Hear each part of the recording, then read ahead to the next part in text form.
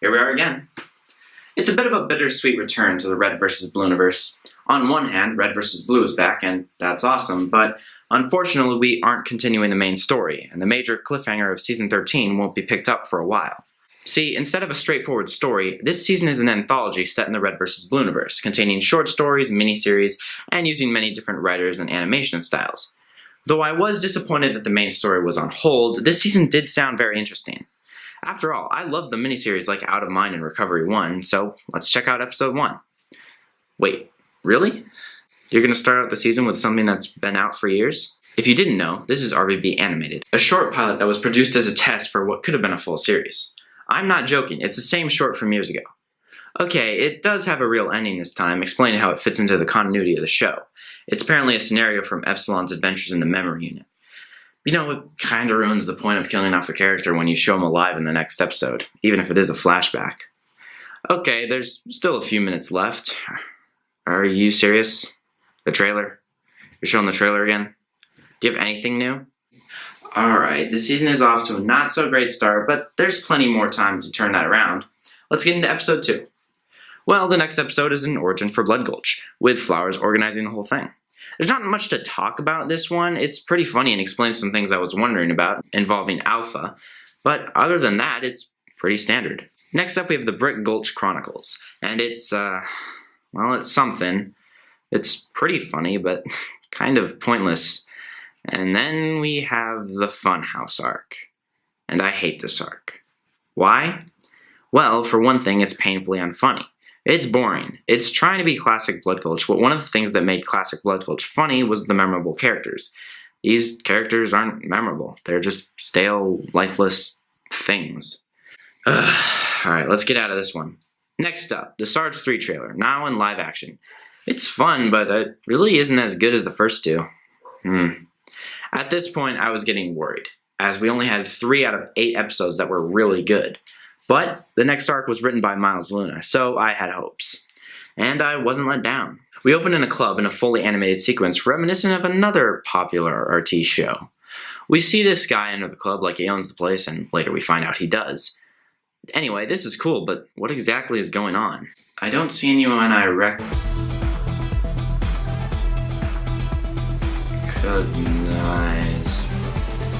Holy shit. I hate you. He's here. Well, starting off a story by unmasking 2 of the most popular characters in the show is certainly a great way to get our attention. Let's see where this goes. Our favorite mercenaries are doing some sort of job in the club, and we see one of the coolest fights in the show. Seriously, just look at this. The music is great, it's got some good choreography, but best of all, it brings a new style to the show that we haven't ever seen before. Anyway, the mercs apprehend Lozano and... Who the hell do you think you are? Well, that's Locus, I'm Felix, and we're the good guys. Wait, what? They leave and, what else, argue with each other. But they're interrupted by... who's this? Apparently this guy is Felix and Locus's partner, which begs the question, where is he now? Knowing Locus and Felix, he's probably not anywhere good. But right now it seems they're all about to make some bank. Or not. Yeah, someone else erased Lozano's record, which means the mercs basically have an innocent man in their trunk. But Felix has an idea, and it being Felix, it's probably not a morally sound one. I don't care what his record says, Gabriel is not an innocent man. But he is the son of one of the wealthiest men in this city. And we have him in our trunk. What do you know, I was right. So they decide to hold Lozano for ransom so his mob boss father will give them the money. Felix, being the self-proclaimed people person, makes the call. But let's face it, anytime you mess with a mob boss, you're gonna get the horns. Or a baseball bat. You're a fucking idiot.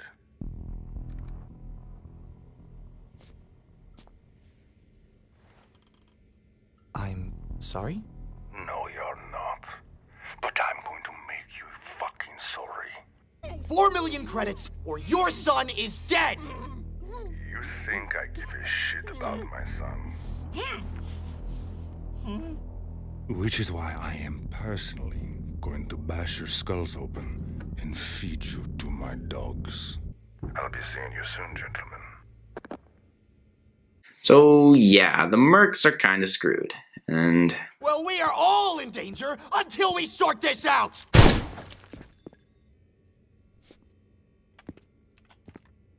Codenames.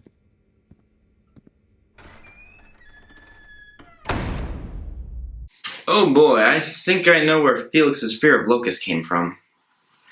Anyway, the Mercs prepare to fight against Lozano's men, but Cyrus seems a bit hesitant. And Felix, being Felix, is immediately hostile. But Locust surprisingly tells Felix that it's Cyrus's choice to leave or stay. He stays. This fight, while not as cool as the one in the club, is still fitting for a climax. The Mercs win, and that's pretty much it. I mean, it's implied that the Mercs are more willing to go outside the law for their own benefit, but there's nothing really concrete. And we still don't really know what happened to Cyrus. But this does leave the door wide open for a spin-off show. Please, Artsy, we all want it. Anyway, moving on, we have a mock orientation video for the red team. I mean, it's funny, but yeah, whatever. Next up, a death battle between Caroline and the Meta. I mean, a literal death battle episode. Not gonna lie, I've been a fan of death battle for a while, so I had a lot of fun with this one. Carolina wins. Let the flame war begin. I told you! Like Bruce Willis. Bullshit! Meta's stronger! He should have won! Next up, we have... Oh, God. You have got to be kidding me. A Game Grumps episode. It's the Funhouse arc all over again. Who thought this was funny? Who thought this was good? Moving on. Please, please have something good. Please, please, please, or I am bailing. Sometimes, you will lose a friend. Sometimes, even your best friend. Maybe you grow apart. Maybe you get into a fight.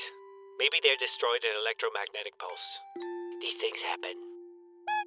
It's just a sad, sad, sad, sad, sad,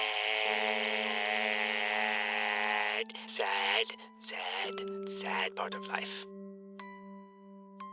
But you know, I think the very best thing about friends, well, the thing most people forget about anyways, is that no matter how many friends you do lose, you can always make more. And that's pretty neat. Aww. Yeah, this episode's adorable. I love it. Anyway, we got an interesting episode which takes a look at what O'Malley saw when he infected all the Reds and Blues in Season 5. It's pretty good. Girl versions of the Reds and a guy version of Tex, who's British for some reason. Yeah, I'm gonna move on. What voice filter? Let me think about this for a second. Yeah, I'm cool with it, but I'm out. RVB the musical. It's everything I ever wanted. I mean, it's the Reds singing about a rocket launcher. How could it not be awesome? And in classic RVB fashion, it turns out to be Donut's fantasy. Next up is more or less a classic Blood Gulch episode with a pinch of Quentin Tarantino. It's a fun episode, but I'm curious. How do you come up with this? Who watching Blood Gulch thought, this needs more Reservoir Dogs references?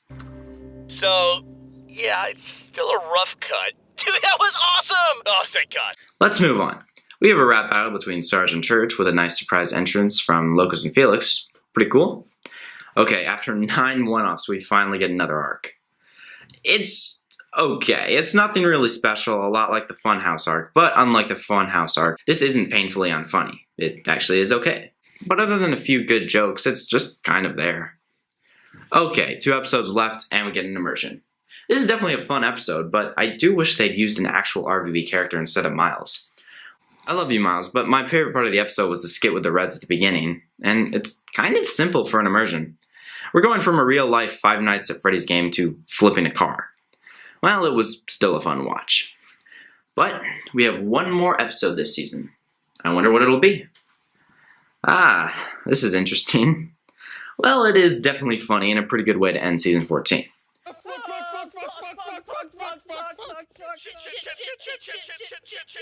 I wish that I could go just 1 week without dealing with those fucking morons. And, hey, we get a nice monologue from Vic. And that is where you come in. Tell your story, dude or dudettes. It could be one in a billion others, but it'll be yours. Make it about the Reds. Make it about the Blues. Heck, make it about some other group of soldiers that no one ever heard about until you told them. Show us villains that tell themselves they're heroes.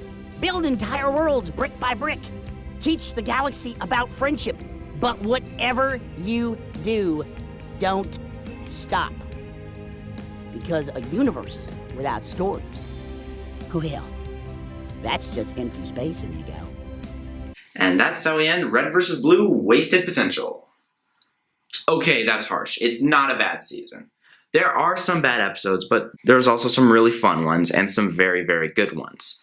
Seriously, RVB Mercs, make it happen. But despite all that, I can't help but feel a bit disappointed by this season. I mean, in a universe that has some awesome characters that I'm sure people would love to see again, I don't get why they wouldn't use them. Think about it. How many times did Wash show up this season? Or the Feds and Rebels? Or Tex? And York did not appear at all. What the hell? I'm just glad Miles wrote an arc, or else we wouldn't have gotten any Mercs. The thing that bugs me is that when talking about this season before it aired, they said it would have stories about the side characters. How many stories about them were there? 2! The rest were either original characters, most of whom quite frankly sucked, or the Blood Gulch crew. Now don't get me wrong, I love the BGC, but this could have been so much more. In the end, while I did enjoy this season, I am still disappointed. Oh well. Here's the season 15. See you in about 8 months. Hey everyone, thanks for watching. If you like this video, you should probably consider subscribing. Come on, all the cool kids are doing it.